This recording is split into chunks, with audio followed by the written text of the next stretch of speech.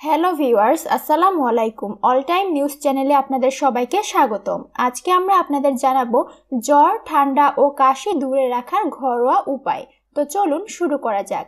শীতের এই বিদায় বেলায় অনেকেই জ্বর, ঠান্ডা ও কাশিতে আক্রান্ত হচ্ছেন। ফাল্গুনের শুরুতে তাই ত্বকে নিতে হবে বাড়তি যত্ন। আবহাওয়ার এই পরিবর্তনের কারণে জ্বর, সর্দি, কাশি ও গলা ব্যথা হতে পারে।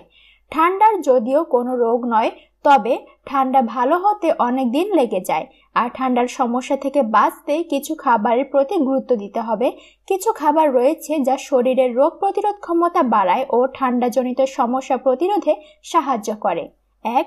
ঠান্ডায় সমস্যা ও রোগ প্রতিরোধ ক্ষমতা বাড়াতে খেতে পারেন ভিটামিন সি জাতীয় খাবার, কমলা, আঙুর, মাল্টা, লেবু এগুলো খেতে হবে নিয়মিত। 2. সর্দি কাশি প্রতিরোধে আদা খুব ভালো কাজ করে। সকালে ঘুম থেকে উঠে আদা ফোটানো পানি খেতে পারেন। অর্ধেক লিটার পানিতে 2 টেবিল চামচ আদা থেতে দিতে হবে। পানি শুকিয়ে 1 কাপ হলে চুলা থেকে নামিয়ে নিতে হবে।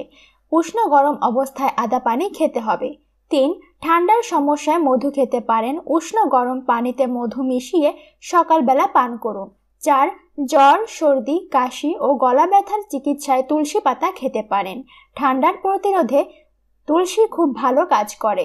সর্দি কাশি হলে শিশুকেও তুলসী পাতার রস খাওয়ানো যায়।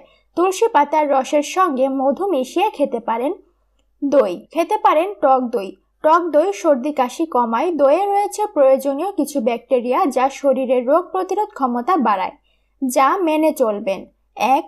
হাত পরিষ্কার রাখতে হবে। অপরিষ্কার হাত দিয়ে খাবার খেলে দেহে জীবাণুর সংক্রমণ হয়, ফলে বিভিন্ন রোগ হয়। সাবান দিয়ে অন্তত 20 মিনিট ধরে হাত ধুতে হবে।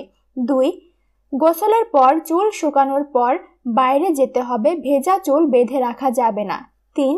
ভিটামিন ডি ও জিঙ্ক সমৃদ্ধ খাবার সর্দি, কাশি, জ্বর, গলা ব্যথা ও জ্বর ভাব প্রতিরোধ করে।